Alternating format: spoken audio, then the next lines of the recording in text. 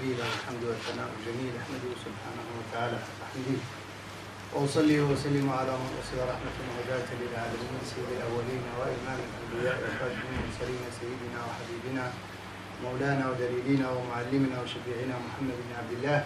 اللهم صل وسلم وبارك على سيدنا محمد وعلى آله ومن والاه كما صليت وسلمت وبارك على سيدنا إبراهيم في العالمين إنك حميد مجيد.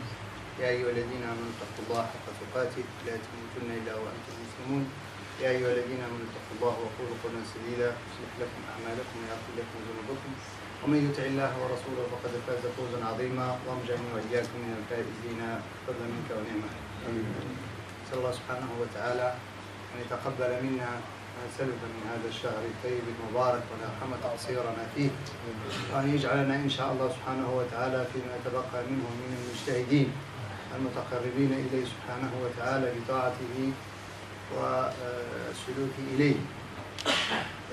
إذا أحباب الكرام، نحن اليوم في 16 من شهر رمضان، قد انتهى النصف الأول وبدأنا في النصف الثاني.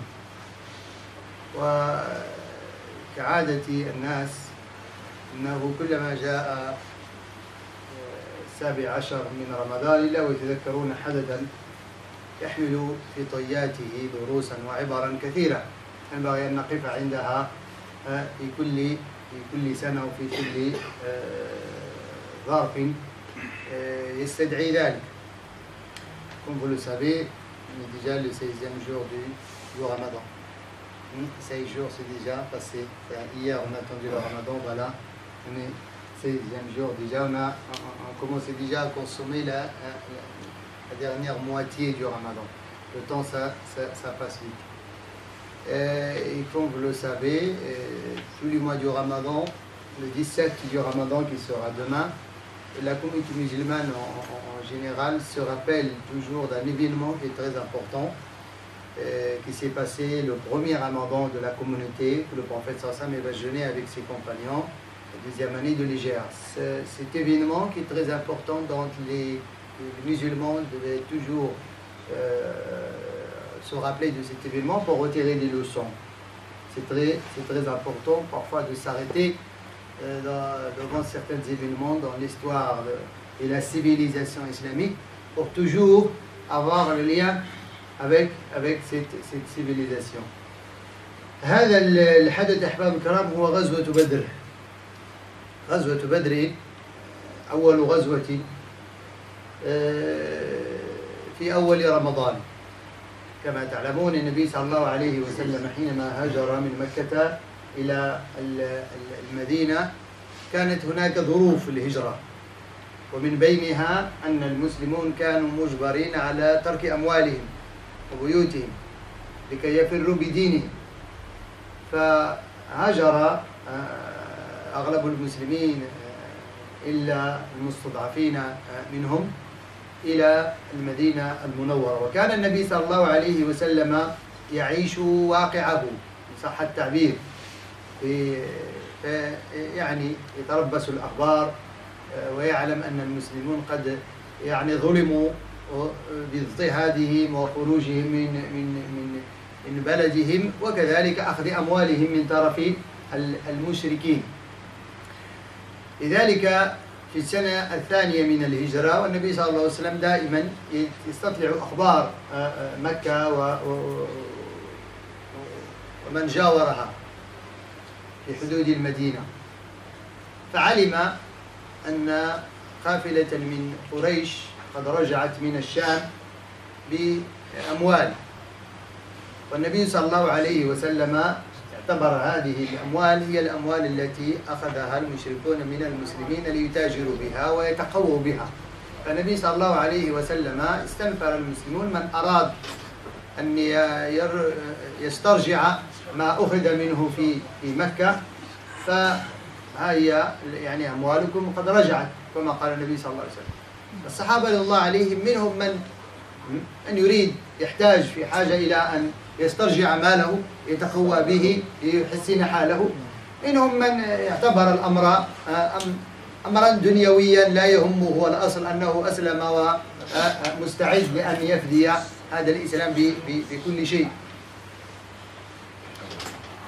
Alors comme vous le savez, quand le prophète sallallahu alayhi wa sallam a reçu l'ordre de quitter la Mecque, il avait déjà ordonné ses compagnons avant lui, ils ont quitté la Mecque, mais dans des conditions qui sont, comment dirais-je, des conditions, si on peut dire, critiques, des conditions, donc les musulmans, ils étaient obligés de laisser leurs biens derrière eux pour garder leur religion. Alors la condition des Mécois à cette époque-là, celui qui veut rejoindre le prophète à Médine, ou bien les compagnons à Médine, il doit laisser ses biens. À cette époque-là, alors les compagnons du prophète sallallahu alayhi wa sallam, les immigrants, les muhajirines, ils avaient bien préféré de garder leur religion, de rejoindre le prophète sallallahu alayhi wa sallam, ainsi que les compagnons et les musulmans à Médine, que de garder leurs biens. Alors, la plupart ils sont partis, à part ceux qui ont des difficultés de santé, d'âge et ainsi de suite, sont restés à la Mecque. Alors le prophète sallallahu alayhi wa sallam, quand il les a rejoints à Médine, le prophète sallallahu alayhi wa sallam, autant que chef d'État, et il se renseigne toujours autour de lui.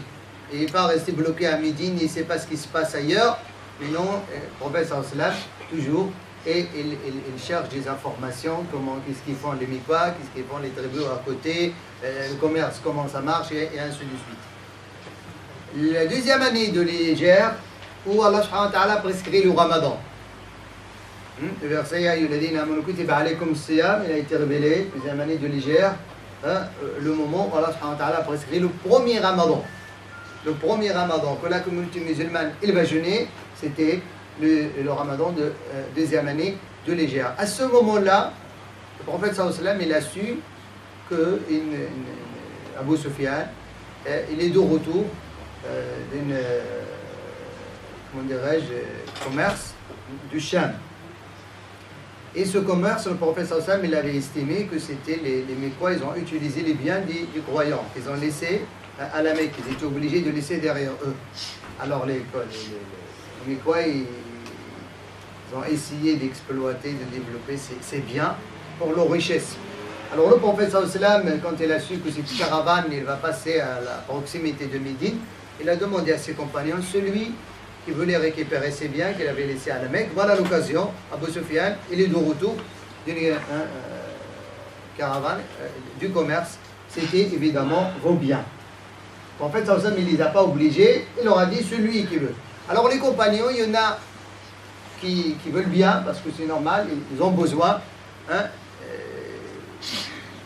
ils n'ont pas de quoi vivre une vie digne d'un être humain, d'un musulman à Médine, alors ils veulent bien récupérer leur bien et c'est leur droit. D'autres compagnons, eux, ça leur est égal. Pour eux déjà, ils ont pris la décision de sacrifier leur religion de tout ce qu'ils possèdent. C'est pour ça qu'ils ne sont pas sortis. Alors Allah subhanahu wa ta'ala, في جانب آخر هو يهيئ أمرا آخر. D'un autre côté, dans l'inconnu, ce qui appartient à Dieu subhanahu wa ta'ala, il prépare autre chose. Prépare autre chose, ça c'est une cause. هذا سبب. Allah subhanahu wa ta'ala prépare autre chose. Allah subhanahu wa ta'ala يقول وإذ يعدكم الله إحدى الطائفتين أنها لكم وتودون أن غير ذات الشوكة تكون لكم. الله سبحانه وتعالى يحكي حال هؤلاء. وإذ يعدكم الله إحدى الطائفتين أنها لكم، الطائفتين يا إما النفير يا إما يعني المال أو يعني النصر أو الحرب. أنها لكم وتودون أن غير ذات الشوكة تكون لكم. غير ذات الشوكة يعني سهلة، ليس فيها شوك، يعني ليس فيها حرب. تريدون أن تأخذوا المال بدون حرب. ولكن الله سبحانه وتعالى عنده أمر آخر. ويريد الله أن يحق الحق بكلماته ويقطع دابر الكافرين ليحق الحق ويبطل الباطل ولو كره المجرمون بسورة الأنفال. إذن ويريد الله، alors هنا تتدخل إرادة الله سبحانه وتعالى. ولكن الله سبحانه وتعالى أراد شيئا آخر غير ربما ما خرج إليه المسلمون. الله سبحانه وتعالى يريد أن يحق الحق، يعني يريد أن يبين الحق، ويريد أن يزهق الباطل، أن يضعف الباطل وأن أن يعني يزيل الباطل. إذن فإرادة الله سبحانه وتعالى أيها الأحباب الكرام هي التي تسير هذا الكون. في حديث القدسي في معناه أن الله سبحانه وتعالى يقول: عبدي أنت تريد وأنا أريد، أنت تريد وأنا أريد، فإذا رضيت بما أريد أعطيتك أكثر مما وأحسن مما تريد، وإن لم ترضى بما يريد الله سبحانه وتعالى فلن تأخذ من الدنيا إلا ما كتب لك وما رضى الله. فالإرادة دائما ترجع إلى الله سبحانه وتعالى. Alors, voilà, c'est l'état des croyants qu'on venait dire. Mais il y a aussi l'inconnu, ce que Dieu subhanahu wa ta'ala a voulu. Dieu subhanahu wa ta'ala, c'est lui qui gère tout ça. La caravane Abu Sufyan va passer dans le Ramadan bien précis, le 17, et ainsi de suite. Tout cela, c'est géré auprès de Dieu subhanahu wa ta'ala. Alors là, subhanahu wa ta'ala nous dit que cela. وَإِذَا عِدُكُمُ اللَّهُ أَحْدَ الطَّائِفَتَيْنِ أَنَّهَا لَكُمْ. Allah subhanahu wa ta'ala, si vous a promis que vous aurez une des deux choses, soit vos biens, soit la victoire. Mais la victoire, elle contient des difficultés, c'est la guerre. وَتَوَدُّونَ غَيْرَ ذَاتِ الشَّوْكِ. Vous souhaitez que celle où il n'y a pas d'effort sera pour vous. وتودون أن غير ذات الشوكة لكم. Allah subhanahu wa ta'ala nous montre que les croyants, ils veulent bien. Et ça, c'est aussi important à savoir. Regardez, Allah subhanahu wa ta'ala parle de l'intention des croyants. Eux, ils ne veulent pas la guerre. وتودون أن غير ذات الشوكة تكون لكم. Vous voulez bien récupérer tout simplement vos biens. Et vous ne voulez pas la guerre. Vous n'avez pas déclaré la guerre. Vous ne voulez pas rentrer en conflit avec les mécréants. Mais Dieu subhanahu wa ta'ala, il voulait confirmer la vérité. Il voulait confirmer que cette religion, ce messager, c'est un messager de Dieu subhanahu wa ta'ala, et ces croyants, c'est des croyants qui croient en Dieu et ainsi de suite. Ce que d'ailleurs, les Mécois ils traitent de mensonge. Et Dieu subhanahu wa ta'ala aussi, il veut éliminer, détruire, affaiblir le mensonge, le batil, qui est la mécréance et les associateurs à Dieu subhanahu wa ta'ala. Même si les pervers, les musulmans, ils ne veulent pas. Alors, il y a la volonté de Dieu subhanahu wa ta'ala et il y a la volonté des croyants. هناك إرادة الله وإرادة المسلمين وتودون أن غير ذات الشوكة لكم. Vous voulez bien. وهذه مهمة قد نغفل عنه في هذا الأمر أن المسلمين ما كانوا يريدون الحرب. ورمضان أحباب الكرام هو جعل الله سبحانه وتعالى شهر ميزات عظيمة ومن بينها شهر انتصارات. فغزوة بدر في السنة الثانية كانت في رمضان. غزوة الخندق أو غزوة الأحزاب كانت في رمضان في السنة يعني الخامسة للهجرة. وفتح مكة كان في رمضان في السنة الثامنة للهجرة. وفتوحات المسلمين معركة القادسية كانت في السادس عشر من الهجرة وكانت في رمضان. فتح الأندلس كان في 92 للهجرة كان في رمضان.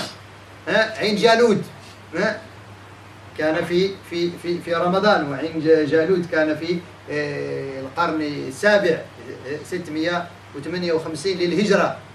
نصر الله سبحانه وتعالى فيه المسلمين على الصليبيين حينما أرادوا بيت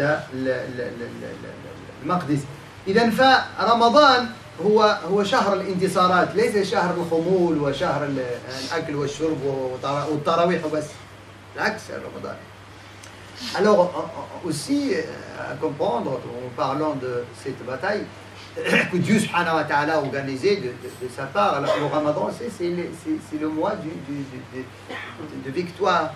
Allah subhanahu wa ta'ala a donné, a accordé pas mal de victoires pendant le Ramadan à ses croyants. C'est aussi le Ramadan de l'effort, le Ramadan de défendre, ça veut dire la raison musulmane. C'est pas dans le sens de déclarer la guerre du tout, parce qu'on va voir qu'il y a des comme par exemple le Khandaq, comme dit, la bataille des coalisés.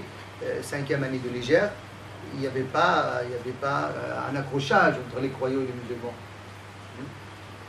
Allah subhanahu wa ta'ala a offert cette victoire pendant le Ramadan aux croyants, malgré qu'ils étaient à deux doigts d'éliminer les musulmans. Carrément, les croyants, ils ont entouré Médine. Ils ont été 9000 devant 3000, ainsi de suite. La bataille, Fath Makkah aussi, ce n'est pas une bataille. La victoire de la Mecque, le prophète sallallahu a rentré à la Mecque sans bataille. À part quelques-uns qui ont essayé de bloquer le Khalid ibn Walid et s'est raccroché avec eux. Et aussi d'autres batailles, comme on a dit, Andalus aussi, Andalousie, 92 de Légère, Jaloud, victoire importante des musulmans pour libérer l'Aqsa, et ainsi de suite. Alors le Ramadan, c'est pas le Ramadan de dormir, de rester dans la clim, et c'est tout. Non, les Ramadans, les croyants, ils ont vécu du Ramadan, et il y en a qui jeûnent. Il y en a qui jeûnent, d'autres versions du prophète sallallahu alayhi wa sallam, il y en a qui jeûnent pendant la guerre. Mais tout ça, c'est comme je dis, c'est la guerre imposée aux croyants. Et comme la Badr. Alors Badr, دروس التي نأخذ من أحباب الكرام. Abu Sufyan, il a réussi de s'échapper. خرج مع النبي صلى الله عليه وسلم environ 314, 313, entre 300 et 314 selon les versions. Le maximum 314 personnes. 314 personnes, il y en a qui n'ont même pas d'épée. Ils n'ont même pas d'armes. Ils ont 3 chameaux et 1 cheval. Et 300. Au point que le prophète sallallahu alayhi wa sallam, avec Abu Lubab et Ali ibn Abi Talib, et ils font le tour sur le dos d'un chameau. Vous voyez? Et Badr, c'est à 150 km de Médine et environ 350 de la Mecque. Vous voyez? Et le prophète, quand il a su que Abu Sufyan il a rêvé à s'échapper, mais il a déjà envoyé quelqu'un qui va annoncer aux mécréants que la caravane est en danger, il faut venir la sauver. Alors Abu Jahl et les autres, ils ont sorti environ 1000 personnes avec 700 chameaux et une centaine de chevaux.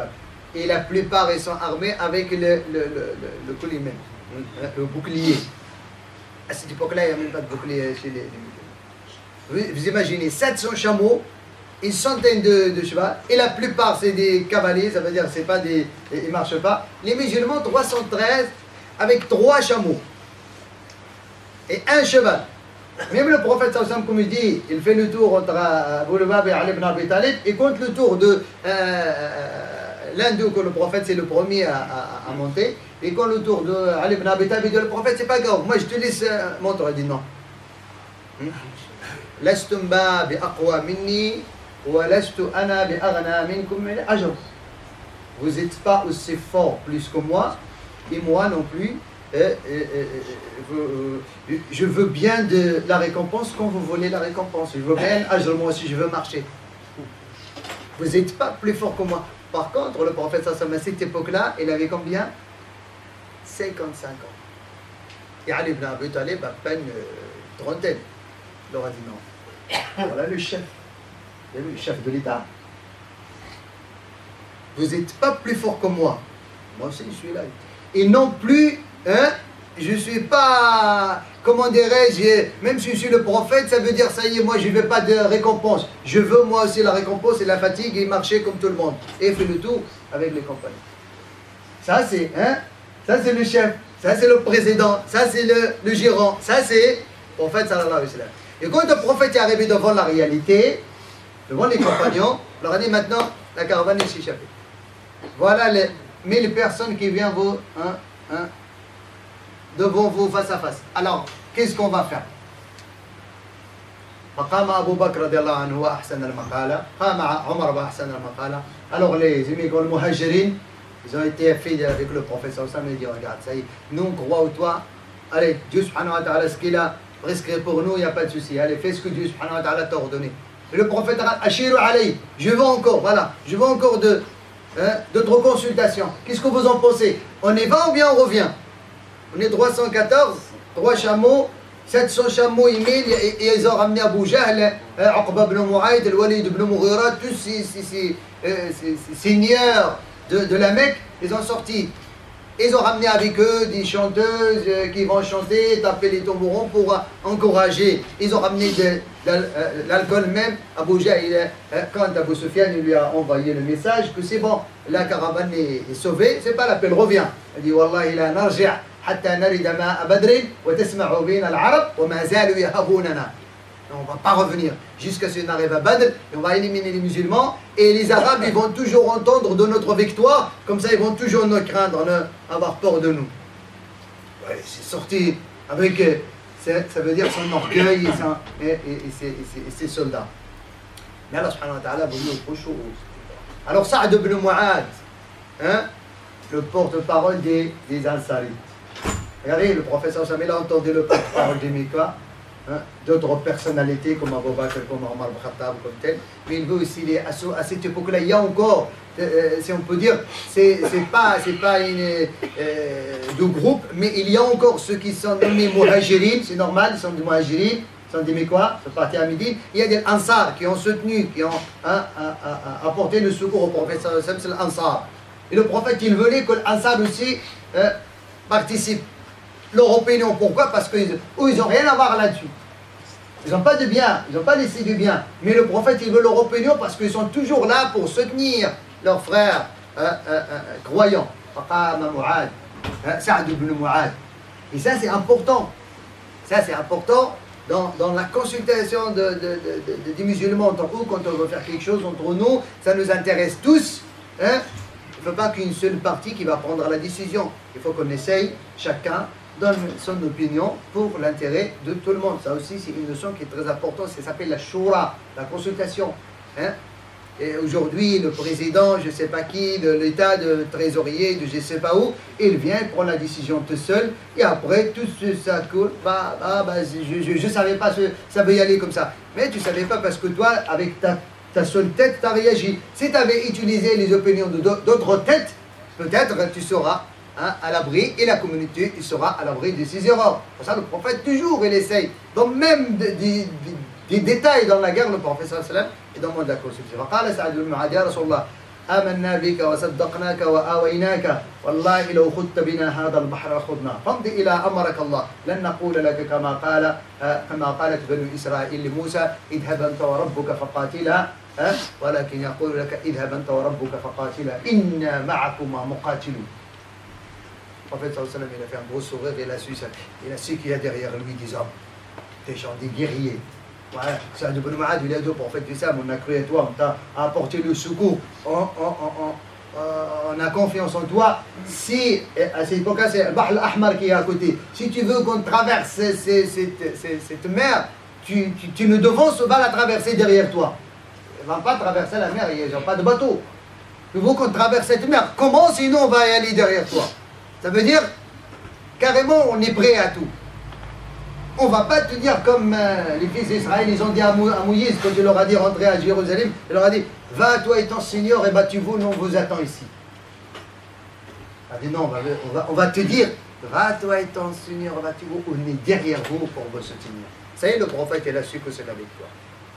Le prophète sallam aussi a utilisé le dua. اللهم إن تهلك هذه العصابة فلن تعبد أبدا اللهم إنهم حفاة فاكسهم عراة فاكسهم جياع فاشبعهم. Le prophète sallallahu alayhi wa sallam, oh Seigneur, ce que tu m'avais promis la victoire, alors maintenant je veux cette victoire. Et le prophète sallallahu alayhi wa sallam, il يسوي الصفوف, il règle les rangs. Parce que même Soufouf dans la prière, et Soufouf aussi devant l'ennemi, il faut qu'il soit lié. Hein? Peut-être vous dites, bon, c'est pas un problème, après tout le monde va. Non, non. Avant le départ, il faut que tout le monde soit la même chose. Hein? Vous savez, devenu Raziya, un compagnon, hein? il est sorti un petit peu du rang. Et le prophète sallallahu alayhi wa sallam, il a un petit bâton, il a tapé un petit peu dans son ventre. Il dit, allez nettoie avec le rang au Saïd. Le prophète Saïd il a dit, Ya Rasulallah, awja'tani, wa anta ji'ta bil rahma. Tu m'as fait mal. Et toi, tu miséricorde. فكشف النبي صلى الله عليه وسلم قال فأقدني منك. Ça veut dire je veux me venger. Tu m'as tapé. Le prophète, chef de l'État. Usayd ibn Ghazid, mais tu m'as fait mal, prophète d'Islam. Et toi, tu es venu comme miséricorde, tu m'as fait mal. Alors moi, je veux me venger. Le prophète sallallahu alayhi wa sallam, il a levé le prophète sallallahu alayhi wa sallam son qamis. Et quand Usayd, il a vu la peau du prophète sallallahu alayhi wa sallam, il est tombé sur la peau du prophète, il l'embrassa. Il pleurait. Usayd ibn Ghazid.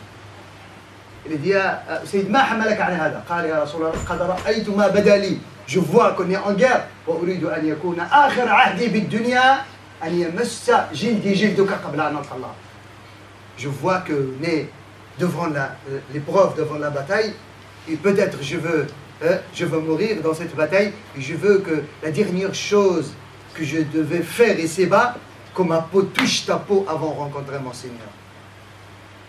Regardez, le chef qui table, qui est juste et regardez les compagnons qui aiment leur prophète d'une façon importante. والدروس كثيرة أحباب الكرام ولا نريد أن نطيل عليكم وربما ننهيها بعد حين إن شاء الله سبحانه وتعالى. أسأل الله القدير أن يوفقنا إياكم التوفيق وأن يرزقنا حب نبينا محمد صلى الله عليه وسلم ونلهمنا الرشاد والسداد حسن الخطاب واجعلنا في هذا الشهر من المجاهدين من المحبين لرسول الله ولو لم نراه. On peut aimer le prophète صلى الله عليه وسلم même si on ne l'a pas vu. Mais son amour c'est dans le cœur et de suivre sa tradition.